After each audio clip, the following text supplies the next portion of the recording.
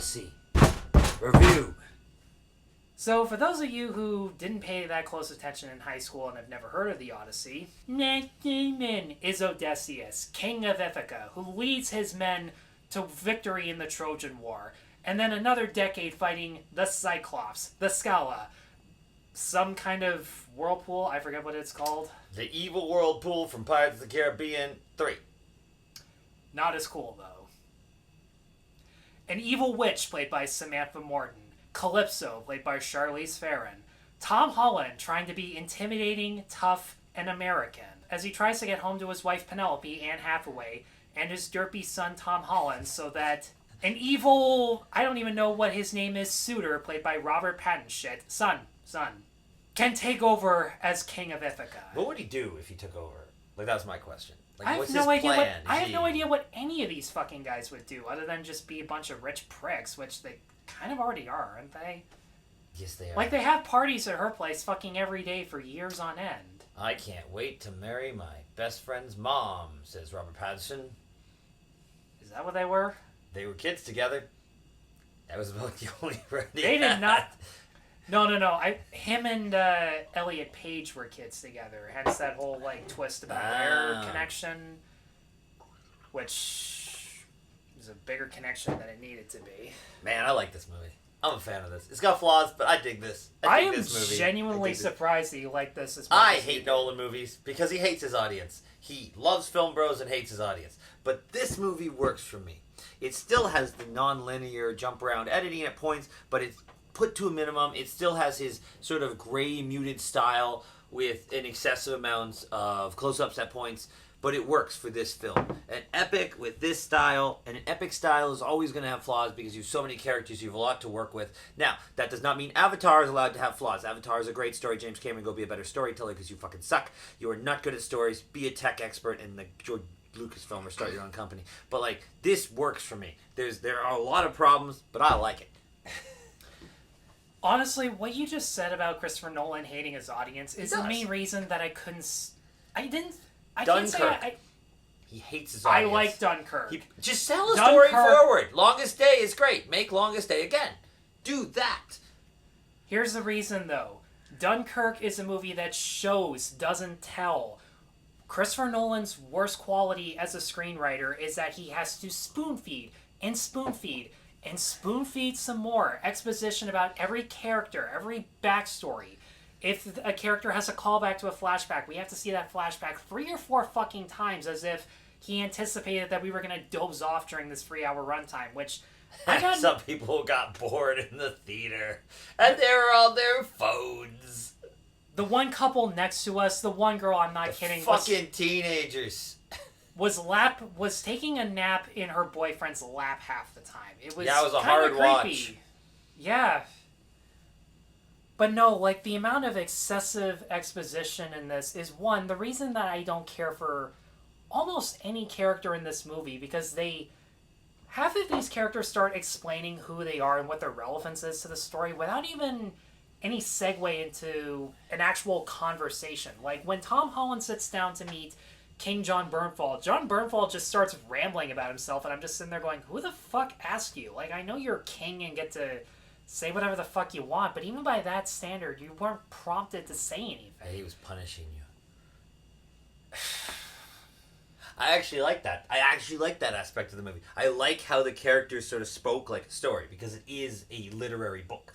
And I like that aspect, because it's staying faithful to the source, the type of speaking to the source material. Obviously, they're not speaking Greek, this is English.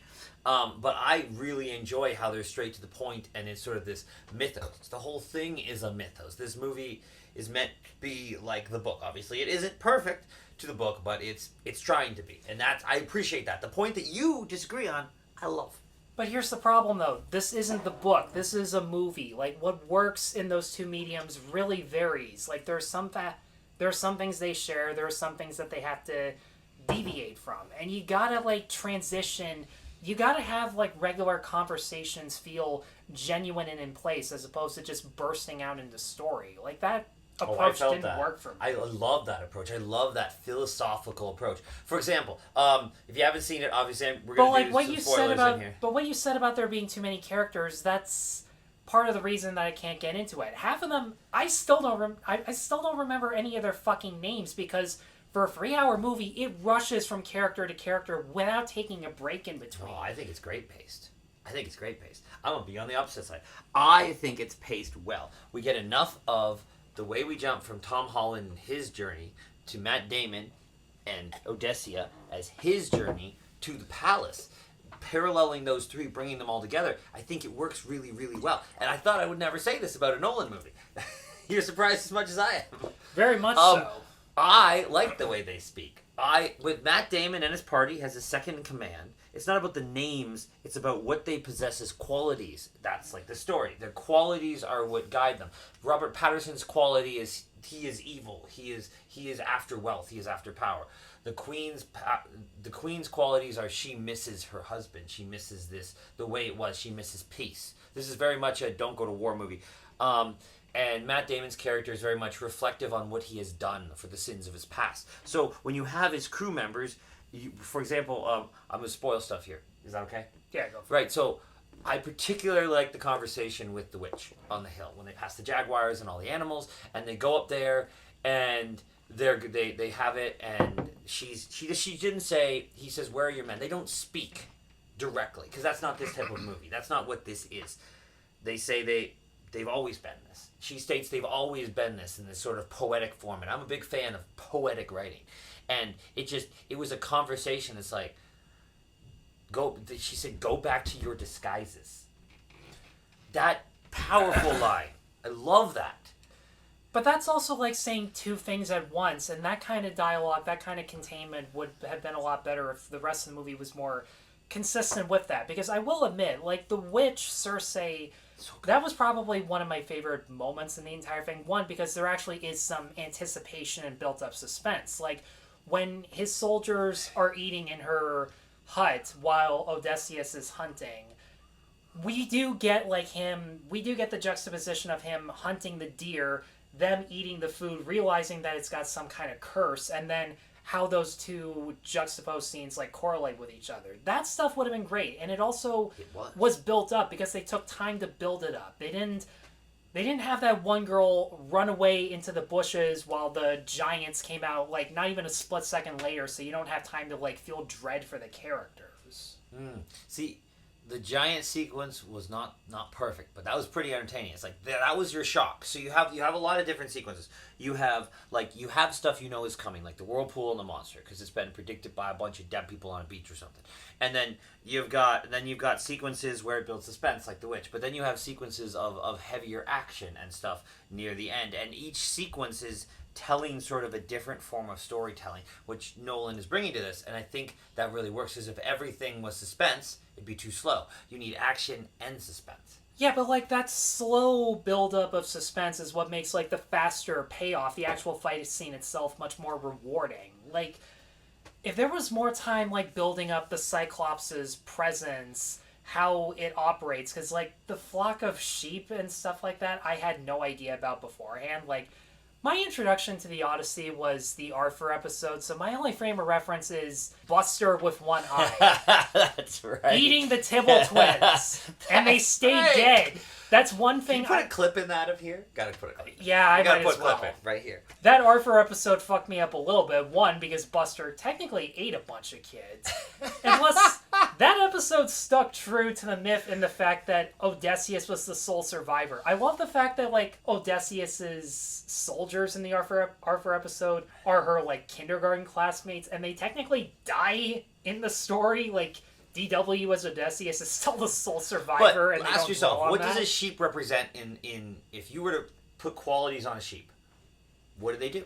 I'm just saying, like, build up what the process of the Cyclops is. Not just, I say show the Cyclops, but there's so much of it that's done in, like, muted shadows and close-ups to hide the gore, which is weird because this is an R rating, so... It's rated R?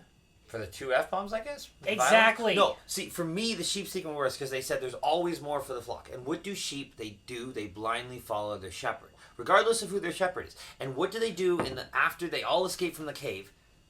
They mutiny. They stop following their shepherd. This is the sequence that leads them away to go up to that witch's house. These are the key events that trigger that. It's a metaphor for falling away from a leader or whatever they want to call it in this place. That's what I like about it, because that's the reason to mutiny, right? Or leave them on the beach with the boat and have them go hunt. I will give you this. I wouldn't have thought of that until you pointed it out. That's Maybe why. because, again, like, there's so much exposition on top of more exposition that, like, it's hard to really see the symbolism, because it doesn't really give you that many opportunities to... There's so much symbolism. I see all of it. That's like what I know. I like how deep the symbolism goes. I find there's going to be rewatch value for me.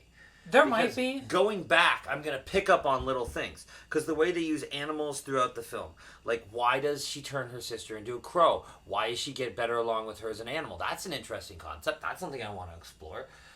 Why does the queen always stay behind a veil and not go to her party guests? Not because she's afraid of people. Not because they're evil. Why is there a wall? Is that wall emotional? Is that wall physical? What is that wall to her as a character? That stuff I notice plain as day, because it's just so obvious that it's an emotional wall.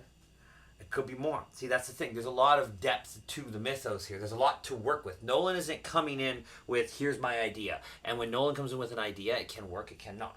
But he's coming in with a story that's been around for a long time, and he's got something to work with. He's got a backbone, and that works really, really well. But we're not looking at like cheesy 300 level with the Zack Snyder, which I adore 300, but boy, is that a pile of garbage. It's just fun. It's fun cinema garbage. It is. Like, there's enough lore, and he understands the lore and the metaphors, and that's what works. But what he doesn't understand is how to get emotion out of his characters that the audience will relate to. The only character that really portrays any emotion is Anne Hathaway. I will admit, Anne Hathaway does give one of her better performances in recent years. Like, there are a couple crying sequences where she has to lash out at her son, where her facial expressions are a lot more exaggerated and cartoony than they needed to be, and it took me out of it for a little bit. But for the most part, despite being an American in Greece and that really sticking out like a sore thumb, she's one of the actors that makes the most of it in regards to their dialogue. I should make this abundantly clear. Nolan pretty much makes everybody use an American accent, and for the life of me, I have no fucking idea why, because it is so distracting. It's more marketable to American audiences. It is so pointless. That's why. No, but, like, everybody knows Tom Holland is British. Everybody knows that, like, Charlize Theron... Hell, I've seen Matt Damon do not the greatest accents, but, like, he can do it passable at best.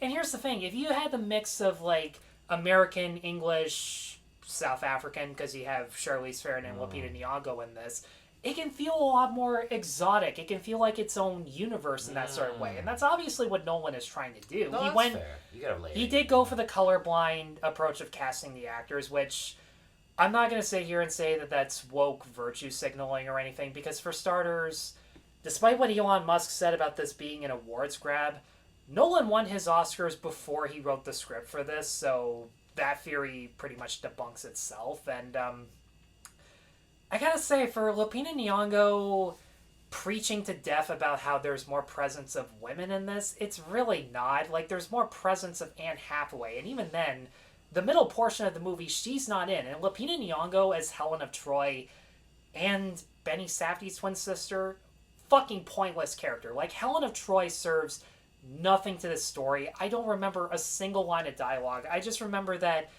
despite being a woman whose face of beauty is the reason that started this war to begin with, we never see that face. We see her beaten up and bruised by her husband, and I'm just sitting there going, okay, so you already fucked that part up. And again, like, aside from being really preachy about trying to stand up to her abusive husband, she serves no purpose to the overall arc. She pulls a mummy. It's pretty entertaining. I don't know what you mean by that. In the Mummy, she has to kill the guy and bring him back because, like, Imhotep or whatever, you know. I don't even remember her doing that.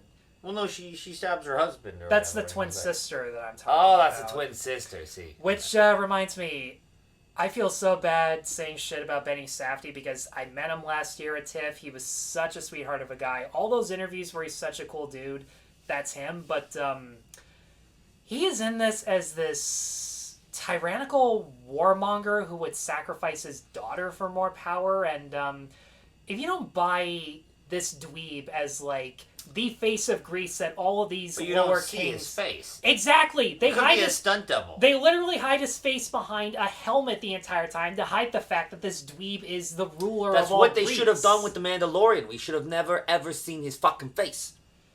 It's Pedro Pascal. We already know. No, we don't need to see his face. We need to see Mando. But you only see Benny's face for like a split second as he's being stabbed, and like I will say he has one of the better monologues when they're making a deal with Hades and speaking to like dead soldiers. One of whom being Elliot Page, who again, despite his constant woke preaching, he's actually in this for about 5 minutes tops, Maybe 3. and his best monologue is. It's only good because I didn't even recognize him. He was covered in shit for most of it. I mean, they're dead, so I thought he was Robert Pattinson with all that them all crap to be on like him. real pretty, be like, look at him dead. I look great. And honestly, it sounded like he had a regular voice because when he's alive as a soldier, he doesn't even sound like he wants to be there. Like he's just moaning and like he has this really dry, uninterested moan with all of his lines of dialogue, whether he's being stabbed or giving orders from a superior. He has the same tone that just... I think it was you that said, like, he's gotten worse as an actor over the years because... You never beat Rollerball.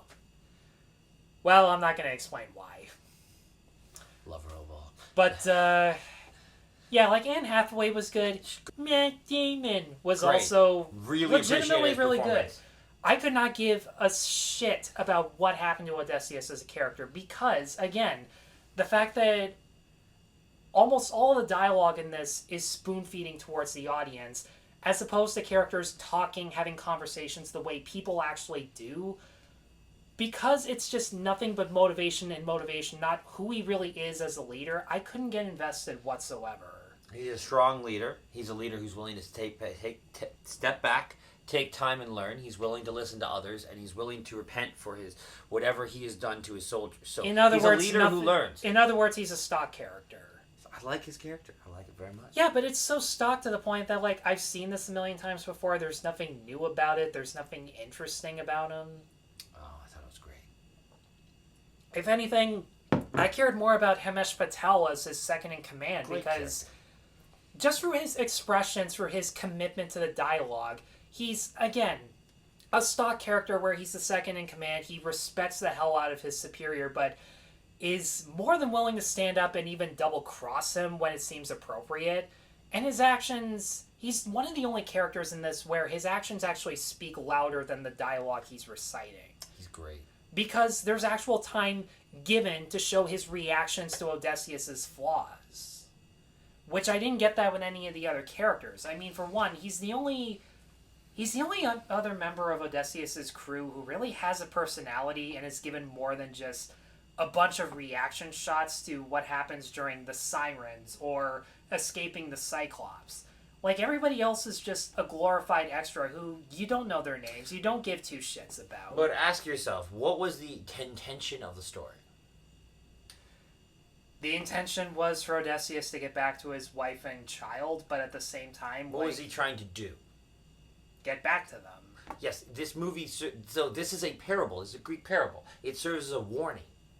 That's what it's trying to do. It's trying to warn you. So it comes off as very poetic. It comes off as this. And it's the character basically going on the journey. It's trying to put you in the place and be like, you need to learn these lessons and stuff. That's what the original intent of the Odyssey is. That's what most parables are. That's what it's trying to be.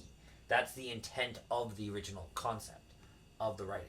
And look, there are parables where that works for me. Like, Over the Garden Wall is essentially a parable where it is more story-driven than character-driven technically, but, like, the characters' personalities come out and you can actually see without exposition who they are as people before they enter the unknown and what they'll most likely be once they exit it. I did a whole video explaining about how certain characters in that show are essentially Ward and Greg's parents who we never see. We never even hear their voices or anything like that, but you still get what their home life is like and how this all in an Alice in Wonderland type of way or Wizard of Oz type of way represents the family dysfunctions that they're going through. I didn't get that with this movie, one bit. So we're like 2 for 0 movies you didn't like. Well, I mean, I'm glad we had something we enjoy like The Furious. Oh, The Furious is great. Well, part of the reason The Furious was great is that they held the fucking camera still, something that Christopher Nolan can seriously stand to learn. This isn't the fifth Bourne movie. We're okay. The fifth Bourne movie, I could follow the fight scenes 10 I'm on a times computer. more. Look at me. Oh. The fifth Jason Bourne had wide shots where you saw them fighting and close-ups where you saw there what was their no fists reason are. to have a shaky cam for sitting at a computer. Again, for the 100th time, and if you would let me fucking finish the sentence, wide shots for when these guys are fighting, so you see their choreography. Yes, the camera's shaking, but I see who is punching with what fist or what foot, and the close-ups of where they get hit with said feet and hands. It's coherent. With this, when they're escaping the Cyclops, for one, you see more of the boat than you see of the soldiers, and the camera gets so much water on it that it does that like lens flare thing that I couldn't make out what was going on. As I said before, the Cyclops is shrouded in shadows to hide the gore, even though this is an R rating, and Christopher Nolan said that he set out to make an R, even though there are so many times where people get stabbed and there's either no blood or it's at the very edge of the frame where you can't even make it out. I didn't see any blood. Exactly. The battle for the War of Troy. There was so much shadows in the midst of all the fiery flames and handheld camera work that even when I could see where someone was getting hit in the arrow, it cuts back and forth so often between who's firing the shots and who's receiving that it's not enough to really register the hit, and it doesn't feel impactful. Isn't that the point? Not when you're making an action movie and you go to see the point fight of the movie is they're trying to create peace, not war. So showing too much of the action and glorifying that would defeat the purpose of what they're trying to say. But this is still a movie. You still got to give the spectacle of what an epic film is supposed to give you. Like that would be like saying that the chariot race in Ben-Hur, if that was as cluttery and shaky as the Ben-Hur remake, but that was the point because it was supposed to be chaotic, it wouldn't fucking work. I think I actually quite like it. I followed the action all the way through. I was able to keep up with it. Like, I could keep up... I was able to keep up with a Nolan movie. That's a rarity. I can keep up with a section. I'm not smart enough. And look, I got the point of it all, but again, because all these characters... I keep saying this over and over again because it's true, are exposition vessels. I know I spout that out more often than Nolan does in this movie, but that's just how pissed off I am that dude is not a visual storyteller Greek at mythology is exposition. In literature, not in cinema. He's trying to make a literary movie. Which doesn't fucking work. Works for Film me. is a visual medium. Yeah. And we have a lot of cool visuals. But a terrible... I don't like the score. Yeah, when they hold the camera score still. is very disappointing. I wanted Hans Zimmer. Where's the score I love? Like, I don't like Interstellar, but I love the score. That is a brilliant score. Possibly the best score of all time. Where's the score? I want more of that. I want a better score. Here's the thing. I like Ludwig Göransson. I don't know how to pronounce his name. I love his stuff, like Mandalorian, Sinners. He's a brilliant composer. But, like, combining modern hip-hop with, like, regular classical era style just did not work, and I still don't understand the reason behind it. That was a weird thing at the end. Yeah, the movie ends and it goes into a hip-hop song, and I'm like, what are we doing here? I was expecting Travis Barker to start singing, because for everyone who heard about... Oh, no, that would be good. That'd be great, yeah. You don't even know who Travis Barker is. No, I don't. Kim Kardashian's boyfriend. No clue who that is. I know who Kim Kardashian is. I know she exists, and she was with that Ye fellow for a while. Yes. Yeah, so you know that her dating him's not going to end well either. Probably not. Did she date Pete Davidson or something? No, that was Ariana Grande. Different person. Regardless, the score lacks for me. Yeah, it wasn't super impactful. If anything, like, the drum beats in this were ridiculously repetitive. You know, the one thing I did, and I asked Tyler to do this, I asked him to find a non-IMAX screening, because I wanted to see the movie in its purest form. Like, as if I'm watching it on the couch, doing this, without the big fantastical IMAX, without the big, 12.1 surround, vibrating seat things. I wanted to see it in its purest form so I could appreciate the raw art of the form. That was what I was after. Because IMAX would sensationalize it, and it might be blown away by sound effects or something. I don't know. This still felt like an IMAX movie. The sound design was ridiculously loud to the point where our seats were still shaking. But you could hear the dialogue. I understood what they were saying for once. I was able to. There were certain scenes where I understood what they were saying, but the musical score was still louder than them for really no reason. This ain't no whatsoever. Tenet. You can actually make it out. It's more comprehensive than Tenet, I'll give you that. He balanced the audio, guys. Good job, Nolan. Keep doing. He won't keep doing it. You and I both know that. I just want to understand what they're saying, and I could. I appreciate that a lot. Thank you. Yeah, for the most part, like, again, he's still got to work on balancing out the sound editing, but it's an improvement. I'll give him that. It's not a perfect movie, but I like it. And there are so many more things I could complain about, like how, never mind that I don't buy John Leguizamo as a blind sage. Oh, yeah, that's right. You're going to say this thing. But I gotta ask, who the fuck did his makeup? Why does he look like Miracle Max? Who the fuck said, hey, what if Sid the Sloth was in Princess Bride and he went, the king stinking fun fired me, and thank you so much for bringing up such a painful subject. You got to make a cut of John Leguizamo asking for a BLT. Except for a knife MLT, mutton lettuce and tomato sandwich where the mutton is nice and lean and the tomatoes are ripe. It's so perky. I love it. God, can you imagine if he was Sid in this movie? Oh, goodness. Oh no! A Cyclops! Help! Help! Not that he's anywhere near that scene. He's like other side of the world, but I know. I'm just saying. Oh, like, man. imagine if he were there during that sequence. Oh man. So we're split as usual on this movie. On this movie, I don't know if we're split like, half the time. We usually agree on kung fu movies, but we're split on other things. I don't know if that's really the case. I mean, our most glowing review together this year was for a kung fu movie. Like, Yes, don't forget that. Yeah, I like that one. I like this one.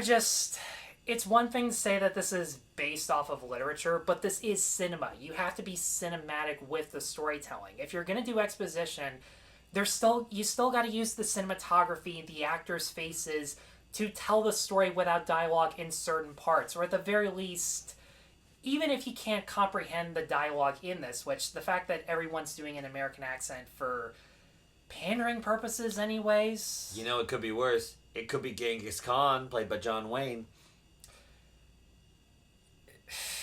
That's a movie. I'm not even going to debate that atrocity. The Conqueror, starring John Wayne as Genghis Khan. It's a real movie, and it's terrible. And I do wish that Christopher Nolan could stop reminding us of shit that we were paying attention for the first 3 times you brought it up. Like, you can only do a flashback of however many times Elliot Page swapped places with Robert Pattinson and ended up dying for it by showing the exact same footage of them when they were kids. It's just like, how stupid do you think I am? They did the same flashback in Infinity War and Endgame through the Marvel Universe with Gamora constantly. So... Not to this extent. Here's the thing. I didn't think it was in too multiple movies, there's a difference between doing that in multiple movies as opposed to doing this in the span of like 3 hours. I thought it worked. I did not. I'm surprised you didn't have much to say about Tom Holland maybe being the most miscast out of all of this. He's in the wrong movie. He sort of sucks at this. Here's the thing. I didn't even think his acting was bad. It's just he's in the wrong He's role. in the wrong movie. He wants to be Spider-Man real bad. Just go make what's the 4th Spider-Man movie? Whatever that is. Go make the next Spider-Man movie, Tom Holland. This movie's not for you. There, Zendaya will actually serve a point to the movie. Unlike in this. Yeah, Zendaya pulls a Dune and shows up and goes away and is pointless until part 2. Why is Athena a character in this? Why does she pop up in front of Odysseus? What does she say that he doesn't already know? It's the Innocence Lost character. That's what they're trying to do with it. And, like, there was no hint of... There was maybe, like, a split-second frame of her near the beginning, but, like, we didn't see the Trojan War before that. We don't realize the parallel. I will say, it explains why Athena is a much younger goddess compared to, like, an older human Odysseus, because that really threw me off with the casting in particular, but... It doesn't change the fact that she still has that mopey, scornful face she always has in all of her movies. That's just... Resting bitch face. That's all she can do. Like, I don't think she's a bad actress. Oh, look at me, I'm Saddam on drugs. I don't think she's a bad actress. She's not a versatile actress, and it is really... She's like Owen Wilson. She's got a limit, and she works within it. It'll be fine. Yeah, but here's the problem. Her fan base doesn't realize it. Hell, most critics don't even realize it. You know who's got more range than I was surprised? Ariana Grande has a lot more range than I thought. In the fucking law And then she did Wicked, and she had a lot more range in that than I thought. She's a better actress than I thought. I mean, who knows? She can who act. Knows? Well, she's pretty good. I knew she could act because I saw her in her Nickelodeon days, where she was basically the Nickelodeon London Tipton in whatever show, Victorious. I thought it was Sam and Cat.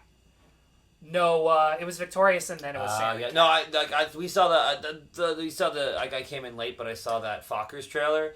And the fact that Ben Stiller is competing with a 25-year-old pop star for family approval is pretty interesting. I don't know. Could be fun. I'm not holding my breath on that. I probably won't see it, but if I watch it at home, it might be funny. It might be a good sit on the couch and drink coffee movie, you know? Can we at least agree that like Zendaya should have been completely removed from this 100%. movie, so there would be more time for Charlize Theron as Calypso, who is kind of the most crucial character in this? Here's what I would do. I would start with Matt Damon. I would cut most of Tom Holland's scenes. He's not completely necessary. I would cut Zendaya, spend more time with Matt Damon and Charlize Theron on the island, develop her arc. Nolan's not good with female characters. He never has been. Get a female co-writer. Get someone to help you do that. I do that. I know I'm not great with female characters, so I get someone to help me develop those. Because here's the thing. Yeah, that's what I would do.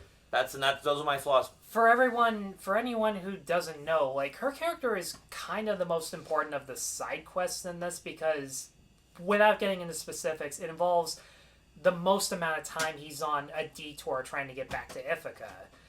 And that's part of the reason why they keep cutting back and forth between her the most and the non-linear stuff, because it tries to go the amnesic route with Odysseus, and I honestly just would have been more emotionally invested if they told the Odyssey chronologically from beginning to end, because we would have gotten more time spent on the quest to the Trojan War and back home, and then you can cut back and forth in different times where you see Penelope trying to readjust, raise her son, deal with the suitors, stuff that really gets glanced by in this movie, stuff that's really important to establishing her motivations and the reason we're supposed to empathize with her as a character, and also make us feel the time by having as much time spent away from Matt Damon as Odysseus. When it cuts back to him, it's suddenly we can feel more of a rush to him trying to get back home. Yeah, see, I understand why he doesn't want to leave, though. He's at peace, but he can never stay at peace because he's a man of war. Sure. Honestly, I might go see it again. I believe that. I want to take my dad. I think I honestly, I really enjoyed this. I know it's got flaws, but I'm a fan. I'm a fan. You might make me a Nolan fan yet. Who knows? I'd rather watch Dunkirk because that at least showed, not told, and I at least remember the characters in that. I remember Finn Whitehead. I kind of sort of remember Harry Styles as the douchey soldier, Cillian Murphy and Mark Rylance on the boat, Tom Hardy in the plane. Like, and I can kind of remember. Why wasn't Tom Hardy in this? He's always in these Nolan things. Where is he at? He would have been a great Greek soldier. Come to think of it. I wonder where he is. Who knows? I was gonna watch his Netflix movie Havoc. Oh, I didn't know he put out a movie. It was like last year, and Okay. he made it with the dude who made the Raid movies. Oh yes. So it's that kind of action movie. That'd be cool. Yeah. That'd be cool. That sounds dope. Yeah.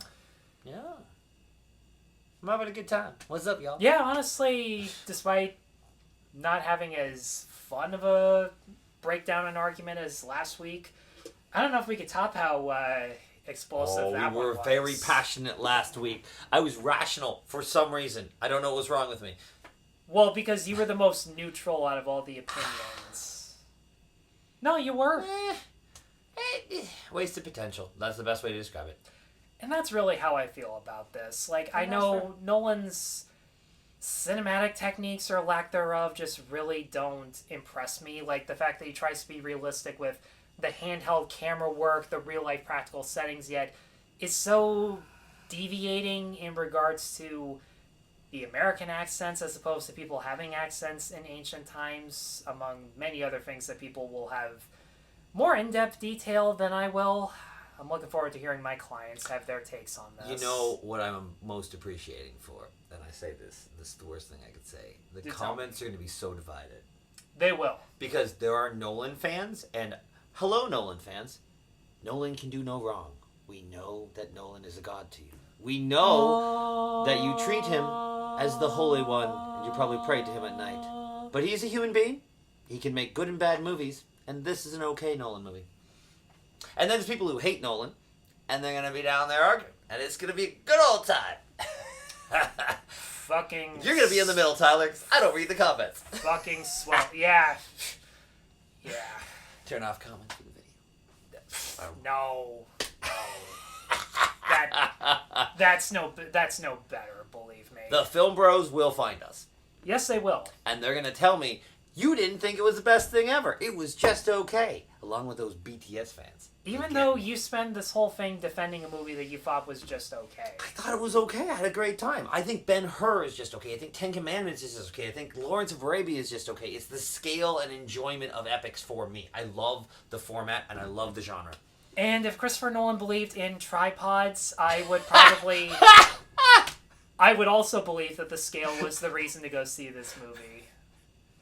Like, he believes in practical sets, he believes in practical effects and costumes. I'm all for that, but if you're going to hold an IMAX camera with your hands in dark muted shadows, it's going to be a waste. I think it works.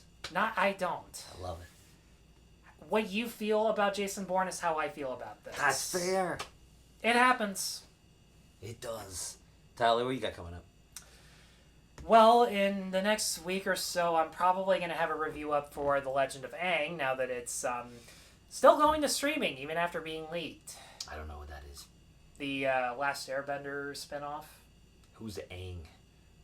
The Last Airbender. Like, that's the main guy's name? Yeah, that's his name. Aang. Oh, I didn't know he had a name. I thought he was the air guy.